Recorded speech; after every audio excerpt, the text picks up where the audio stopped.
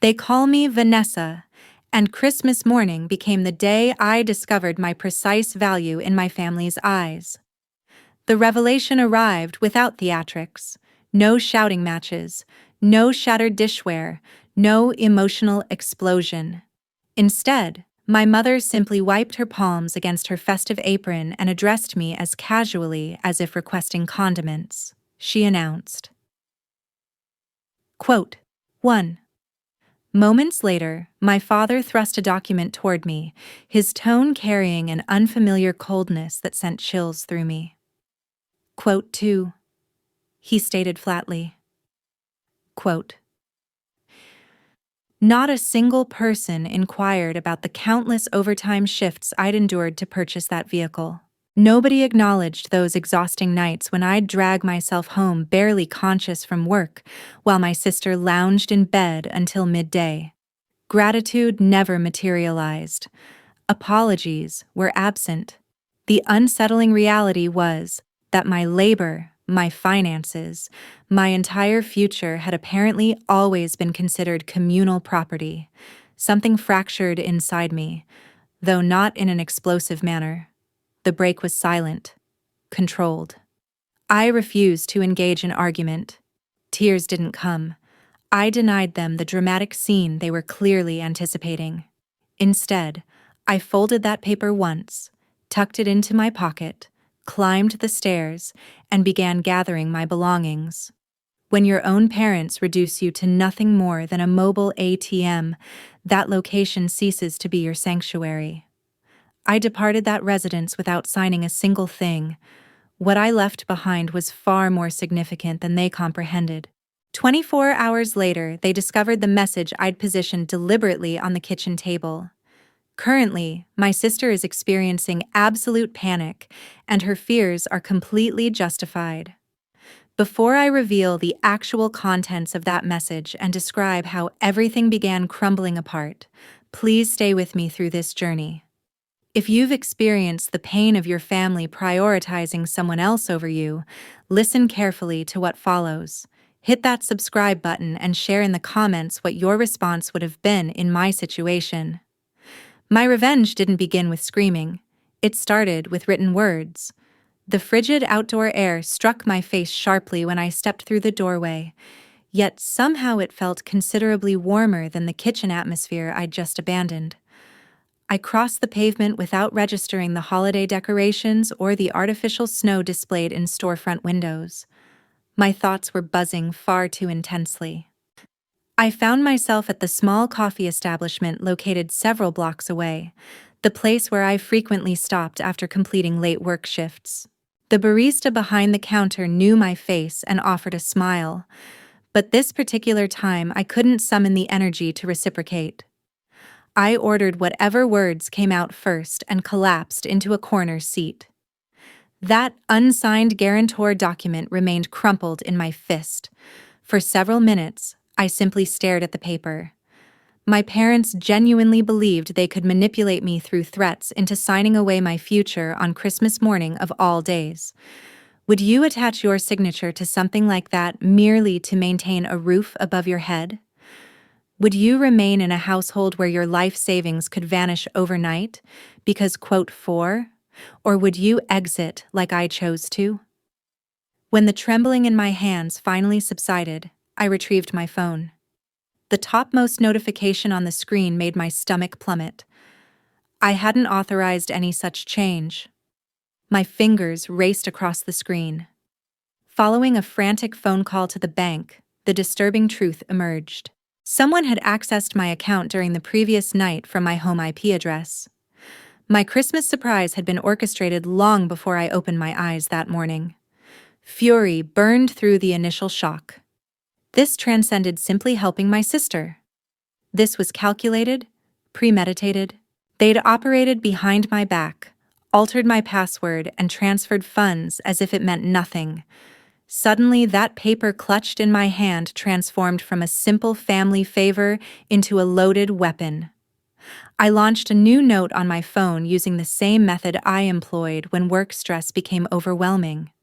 But rather than venting about irritating clients or impossible deadlines, I documented everything systematically. Calendar dates, monetary amounts, the exact timestamp of the bank email, my mother's precise words, my father's specific threats. I even recorded their exact phrasing. Quote 6. If anyone ever attempted to label me dramatic, I wanted concrete proof that none of this was fabricated. Have you experienced that pivotal moment when your brain shifts from quote 7 to quote 8? That's precisely what occurred as I sat there watching my chai latte grow cold and untouched. My employment was at a technology startup.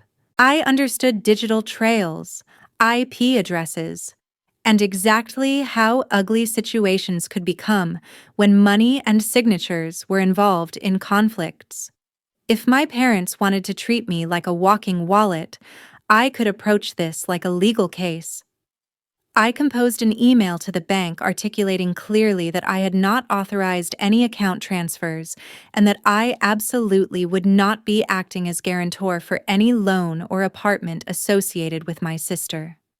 I attached screenshots, documented the precise times, included everything. My fingers hovered above the send button for an extended moment. Was I genuinely going to escalate this? Was I really prepared to transform my own parents into suspects rather than saviors? But then my eyes returned to the line on my banking summary displaying the total amount extracted from my savings. That number represented years of skipped vacation opportunities, inexpensive lunches, and constantly refusing myself pleasures so I could eventually say yes to a stable future. That became the precise moment my guilt finally perished. I pressed send. Then, for the first time that entire day, I smiled genuinely. That evening, I returned to the house one final time while they slept, collected the remainder of my possessions, and left a brief handwritten message positioned in the center of the kitchen table where they couldn't possibly miss it. I didn't provide extensive explanations. I simply selected one sentence that would inflict pain in a manner they wouldn't anticipate. The following morning, that note would be the first thing greeting their eyes, and the catalyst for my sister's complete freakout. My new accommodations were barely spacious enough to contain a bed, a desk, and an inexpensive wardrobe that squeaked obnoxiously whenever I pulled it open. But this space was the first in my entire life that genuinely felt like it belonged to me. Nobody could unlock the door without my explicit permission. Nobody could empty my drawers or my bank account while disguising it as helping family. The aroma of fresh paint mingled with instant noodles and cheap coffee. Somehow that combination felt more authentic than cinnamon and pine ever had. I crashed there that initial night, half expecting my phone to explode with incoming messages. When I finally checked it the next morning, my notifications resembled a storm system. Missed calls from mom, from dad, from home. A string of text messages from an unknown number that I knew instinctively belonged to my sister. And one email from the bank with the subject line, "Urgent account activity under review." The family text messages all blurred together into similar themes. Where are you? We need to talk about this situation. What is this note supposed to mean? And my personal favorite from my father, this is not how adults handle problems. Really? Adults handle problems by stealing their children's savings and threatening to make them homeless on Christmas? Would you experience guilt for walking away from that scenario? Or would you feel relieved that you finally saw people for who they actually are beneath the surface? The note I'd positioned on the table contained just one line. I've already spoken to the bank and reported the transfers and the guarantor document. Do not sign anything in my name again. That was the entirety of it. No love, no Merry Christmas, nothing. Just a single sentence that communicated they'd crossed a boundary they couldn't pretend was miscommunication. Around midday, I dragged myself out to meet Nathan near the park adjacent to our office building. Nathan had been my work friend for multiple years, the type of person who remembered everyone's coffee preferences and could interpret bugs in code as if they were gossip columns. When he observed my face, he didn't ask, "What's wrong?" He simply stated, "Tell me who to hate," and handed me a coffee. I revealed everything to him: how my parents had changed my banking password, emptied my savings completely, sold my car without consent, and attempted to force me into signing as guarantor. I even showed him the bank email. His expression transformed from shock to absolute fury. "They did all that without your consent?" he asked incredulously. "Vanessa, that's not just messed up. That's potentially criminal activity." Hearing another person call it what it actually was made something click in my chest. It wasn't me being overly sensitive. It wasn't me being dramatic or unreasonable. It was objectively wrong. "Look," Nathan said, leaning closer, "you don't have to drag them to court tomorrow, but you also don't have to lie down and let them walk over you. You've been carrying everyone for years. How many vacations did you skip so you could throw money at their emergencies? Too many. I could list them like seasons of the year. Birthdays I spent working instead of celebrating. Weekends I spent catching up on deadlines so I could cover just one more thing at home." Later that same week, Taylor came over to see my new room. She swept her eyes around the tiny space, then nodded with approval. "Honestly, it fits you perfectly," she remarked. "Fresh start, ugly wardrobe and all." When I told her about the note and the bank email, she didn't tell me I'd overreacted or gone too far. She simply asked, "What do you want them to feel? Ashamed? Scared? Or do you just want them to stop?" It was a straightforward question, but it dug deep into my psyche. What would you desire if the people who raised you stole your future and expected you to smile about it? Do you believe revenge is about making them suffer, or about finally choosing yourself? During the days that followed, I threw myself completely into work. Coding was considerably easier than thinking about Christmas. With every new bug I fixed, every feature I shipped to production, I felt a little more like a person again, and a little less like a walking credit line with a heartbeat. Still, during nighttime hours, the notifications kept arriving steadily. My mother's text messages grew longer, filled with half apologies and half excuses. My father's grew shorter and sharper in tone. My sister's came in bursts.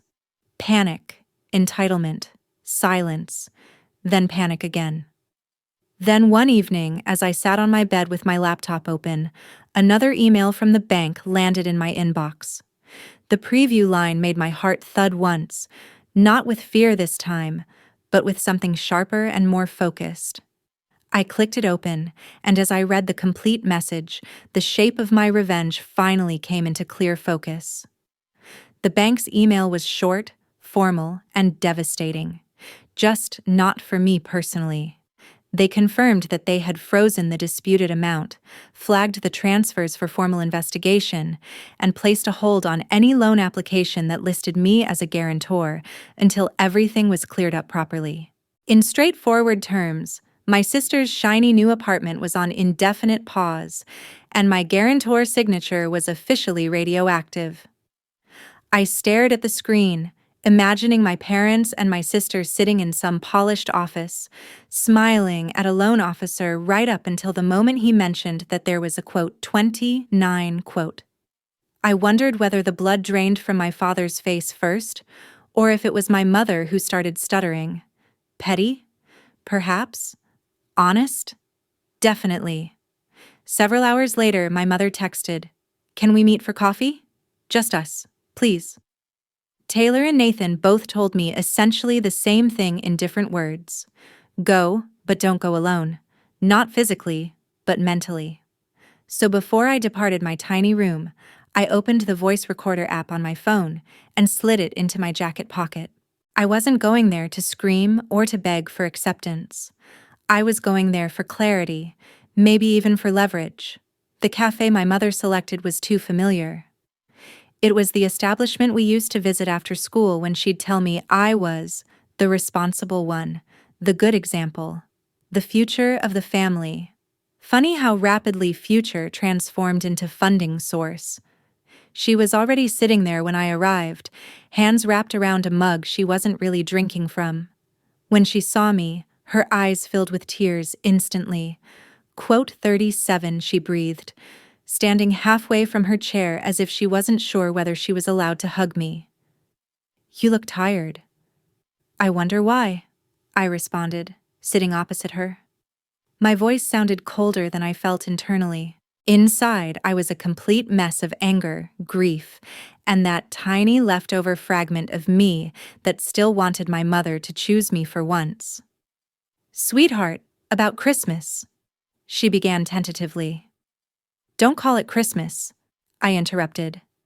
Call it what it actually was. A meeting where you and Dad announced that you'd emptied my savings and sold my car without permission, then threatened to kick me out if I didn't sign away my future. She flinched visibly at the word threatened. We didn't mean it like that, she whispered. We were desperate. Your sister, she needed help. The landlord raised the rent dramatically. The market is crazy right now. We thought you'd understand. Understand what? I asked pointedly. That my years of work are just spare change for your favorite child? That my consent doesn't matter as long as you can come up with a sad enough story? Her mouth trembled. You know your sister has always struggled more than you. She's not as focused. She makes bad choices. We just wanted to give her a chance. By stealing mine, I said quietly. Did you even hesitate before logging into my account? Did you think just once, maybe we should ask Vanessa first, or was it easier to assume I'd forgive you like I always do? Silence settled between us like a third person occupying the table. This was the part where she usually flipped the script, made herself the victim, told me how hard parenting was, how I didn't understand the sacrifices they made. I braced myself for it. Instead, she whispered, quote 51, quote. Her eyes filled with something between fear and accusation. Quote 52. Have you ever noticed how people who hurt you love to talk about why, quote 53? Only when they're afraid of consequences? If your parents drained your account and expected blind loyalty, would you protect them from the fallout or let them feel it fully? I didn't drag you anywhere, I replied. You walked there when you crossed the line. I just turned on the light. She swallowed hard. Your sister's loan might fall through, the deposit. We can't get it back if the bank cancels everything. She's terrified. She says she can't sleep. She's crying all night. Is that what you wanted? I thought about that for a long second. Did I want her to suffer specifically, or did I just want her to finally understand that I wasn't her safety net anymore? I said slowly. My mother wiped her eyes. Quote 59. I almost laughed aloud. They'd never paid me back for anything. Not the car payments I'd helped with when Dad was out of work. Not the medical bills I'd quietly covered. Not the countless "we'll return it next month." Promises that turned into silence. You want to fix this? I asked. Start by admitting exactly what you did. Say the words out loud. She stared at me as if I was asking her to jump off a cliff. We used your savings to help your sister, she murmured. And? I pressed. And we sold your car, she continued, voice cracking. Without your consent, we changed your banking password. We forced you to choose between signing as guarantor or leaving. My fingers curled into fists inside my jacket. The recorder in my pocket captured every syllable. Thank you, I said. Now you can send that exact sentence to the bank's investigator when they call back. Her head snapped up. Vanessa, please. But this time, her panic didn't touch me the way it used to. The meeting ended without a hug, without a solution, just a promise. I told her I would think about whether to unfreeze the funds or not. I never promised I'd say yes. As I walked out of the cafe, my mother's face burned into my memory, eyes full of fear, hands trembling around her untouched coffee. Behind the fear, for the first time, I saw something else. The realization that I wasn't going to be their backup plan anymore. What I didn't know yet was that while my mother cried in a cafe, my sister was already planning a different kind of attack online, and she was about to discover that the internet loves a family villain. A couple of days after the coffee meeting, I was sprawled on my squeaky bed, scrolling through my phone, attempting to distract myself with mindless videos. Then I saw it. A post from my sister on Instagram that made my blood boil and my lips curl into a bitter smile simultaneously. It was a photograph of her, my mother, and my father positioned in front of the Christmas tree, all dressed up elegantly, faces glowing with Christmas filters and fake snow. The caption read, quote 70. The comments rolled in steadily. Quote 71. Quote 72. Quote 73k. Negativity. That was me now. Quote 74. Not the drained bank account, not the stolen car, not the manipulation. Just the one person who finally said no. Tell me honestly, if you saw your family post a picture like that after betraying you, how would you feel? Would you ignore it, block them, and move on? Or would something inside you whisper, quote 75 quote? I took a screenshot, then captured another when my sister replied to someone's comment with, "Real family shows up when it matters." Clearing throat emoji, not when there's money involved. The audacity almost made me laugh out loud. Money was literally the only reason any of this was happening in the first place. My direct messages started filling up next. Friends and cousins sent me the post with wide-eyed emojis. A few asked, "Are you okay?" One cousin wrote, "Your sister said you abandoned them over a small misunderstanding. Is that true?" A small misunderstanding. Instead of answering individually, I did something I'd never done before. I told my side first. I opened a new anonymous account and posted a long, detailed story to a subreddit and several forums I knew loved messy family drama. I didn't name names or reveal locations. I just laid out the facts systematically. Christmas morning, the car, the password change, the threats, the note, the bank investigation. I asked one simple question at the end. If you were me, would you forgive them or let the consequences play out? The responses were brutal and validating simultaneously. Thousands of strangers weighed in. They called my parents thieves, manipulators, emotional abusers. They called my sister entitled, spoiled, a walking red flag in Ugg boots. More importantly, they called me sane for leaving. While this storm brewed online, Taylor suggested a weekend trip to the mountains. "You need distance," she said, "and Wi-Fi. We can scream about it together from a cabin if we have to." So we booked an inexpensive place, threw clothes into bags, and hit the road. On the drive up, my phone buzzed non-stop. My sister finally messaged, "What did you tell the bank?" "They're saying there's an investigation. My loan is on hold. Fix it." "Fix it." "No, please." "No, I'm sorry." Just the same command she'd always used when I bailed her out of stupid decisions. I typed and deleted 3 different replies before settling on the truth. Quote 88. She exploded. Quote 89. I stared at that last one for a long time. Quote 90. As if it wasn't also about respect, boundaries, consent, and basic human decency. As if it wasn't about every time I'd been told to understand while they used me like a safety net. I didn't answer right away.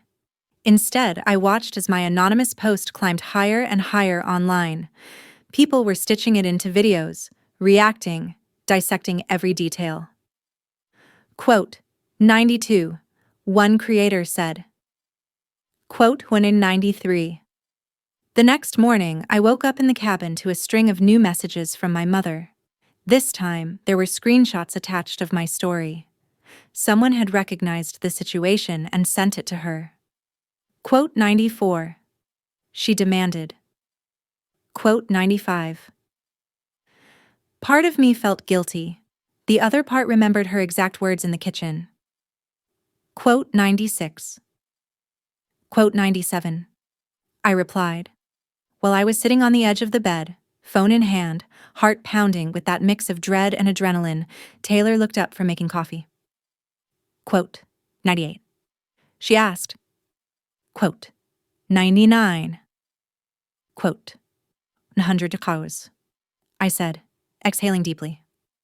Quote 101. I didn't know it then, but the combination of the bank investigation and the viral post was about to cost my parents something bigger than money. My father's precious image was on the line now, and he'd rather sacrifice me completely than admit to anyone what he'd actually done. The mountains were absurdly beautiful, the kind of place you see on people's healing journey posts. Tall pines, a sky so clear it almost hurt to look at. Air sharp enough to cut through anxiety for a little while anyway. Taylor and I spent hours hiking, joking, letting the cold wind slap some color into our faces. But even with all that peace surrounding me, my phone felt like a weight in my pocket. Every time I checked it, things had escalated further. My anonymous post had blown up even more. A few local accounts, the kind that loved hometown gossip, had started connecting dots. Isn't this about that family with the tech daughter and the party girl sister? One comment asked. Others chimed in with half-remembered stories about my sister's past drama and my father's temper at school board meetings. Meanwhile, the bank moved forward. They requested official statements. They scheduled calls. They asked for documents. I sent them everything I had: screenshots, timestamps, my mother's text admitting what they'd done. I knew my parents were getting the same calls, hearing the same cold, professional voices asking, "Did you have your daughter's explicit consent to move these funds?" If you were in my shoes, if reporting your own parents could mean criminal consequences, or at least serious financial penalties, would you pull back at the last second? Or would you finally let the fallout land where it belonged? On our second night, Taylor and I sat by a small fire pit behind the cabin, wrapped in blankets. "What do you want to happen when you go back?" she asked me quietly. "Not what you think should happen. What you actually want." I stared into the flames. I want them to understand that I'm not coming back to be their backup plan. I want them to feel what it's like when I stop cushioning every bad decision. And I want my money back. Or at least for it to stop being treated like theirs. "So you want consequences, not destruction," she said. "There's a difference." It sounded simple when she said it, but the line between those two things felt razor thin when it was your own family on the other side. I thought about my sister losing the apartment, about my parents scrambling to explain to friends why their perfect Christmas had turned into a banking nightmare and a local gossip fest. That night, alone in the small bedroom of the cabin, I opened my notes app and wrote something I hadn't let myself write before. A list of non-negotiables. Quote 110. I stared at the list and added one more question just for myself. Quote 111. The next morning, as we drove back down the mountain, my phone rang. It was my father. I let it go to voicemail. When the notification popped up, I listened to it with the car speakers off, ear pressed to the phone. His voice was tight, angrier than I'd heard in years. "Vanessa, this has gone far enough. You're embarrassing this family. The bank is talking about fraud. People are whispering. Take down whatever you posted. Call the bank and tell them it was all a misunderstanding. We will sort it out internally. If you keep pushing this, don't bother coming back here at all." The threat should have hurt. Instead, it clarified something. I looked out the car window at the trees blurring by and thought, he doesn't care that he hurt me. He cares that people might find out. Taylor glanced over at me. Quote 113. Quote 114. I replied. Quote 115. I turned the phone over in my hand, feeling the weight of the choice he'd just thrown at me like a weapon. By the time we reached the edge of town, I knew exactly what I was going to do. I wasn't going to choose between my dignity and a place at their table. If they wanted me in their house, they were going to meet my terms. And if they refused, well, they were about to find out what it really meant when I walked away for good. Walking up the front steps of my parents' house felt like walking onto a stage I'd performed on my whole life. Only this time, I wasn't playing the role they'd written for me. The Christmas decorations were still up, but they looked tired now, like the house itself had been holding its breath since I left. When I opened the door, the familiar smell of pine and cinnamon rushed out to meet me, but it didn't comfort me anymore. It just reminded me how much effort they'd put into making things look perfect while everything underneath rotted. They were all in the living room, just like the last time I'd walked in on them laughing. Except this time, no one was laughing. My mother clutched a tissue.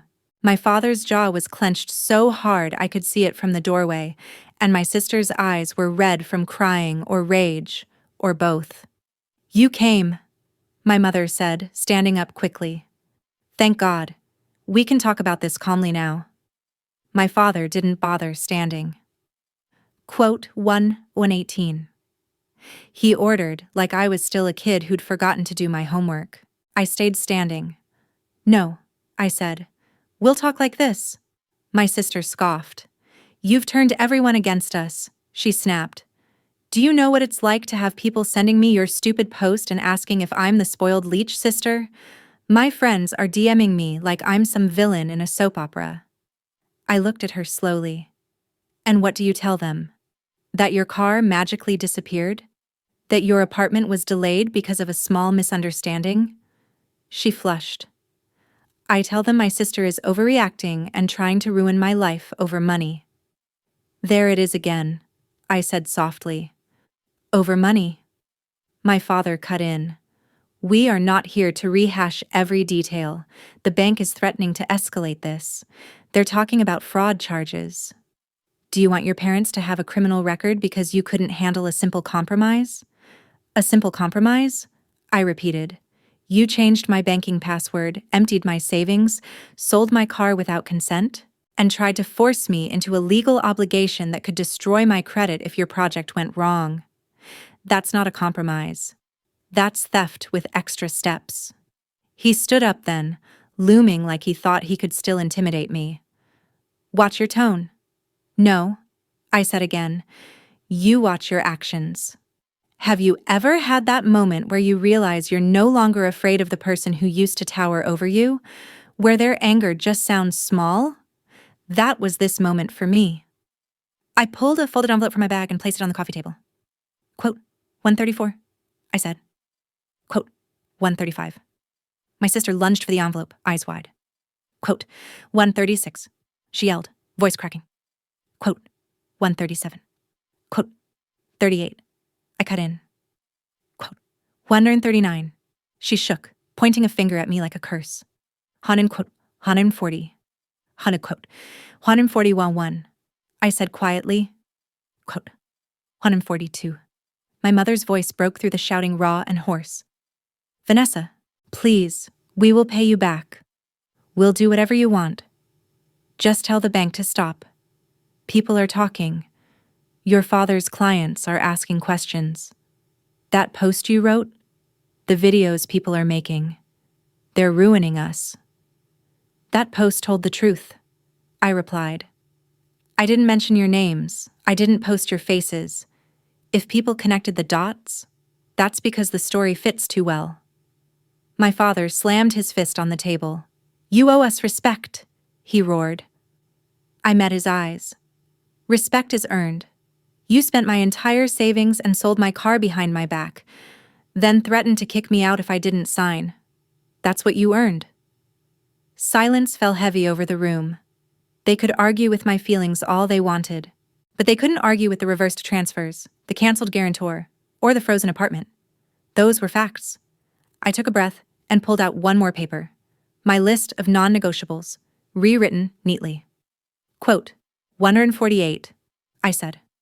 Quote, 149. My mother nodded frantically. Quote, 150, she said. Quote, 151. Quote, 150, I said. Quote, 153. I finished, voice steady. Quote, 154. My mother sobbed, nodding. My father glared, but even he knew the tide had turned. The bank, the money, the public humiliation. None of it could be undone by yelling at me in the living room. My sister sank back onto the couch, staring at the envelope like it was a snake. She muttered. I looked at her one last time. Quote, 157. I said honestly. Quote, 158. I picked up my bag and turned toward the door. My mother called my name, voice breaking. Quote, 159. I paused in the doorway. Quote, 160. I said. Quote, 161. Quote, 162. My father sneered. Quote, 163. I thought about the empty savings account, the sold car, the threats, the online post, the bank reports, the look on my sister's face when she realized her apartment was gone. My revenge, I said, was finally choosing myself. The rest is just consequences. I stepped out into the cold air, closing the door gently behind me. The decorations on the porch swayed in the wind, still trying to sell the image of a perfect Christmas. Tell me, if your family did what mine did, what would your revenge look like? Would you walk away forever? Or would you stay with strict boundaries and let them feel every single consequence? Let me know in the comments, because my story might be over for now, but I know a lot of you have your own family revenge stories waiting to be told.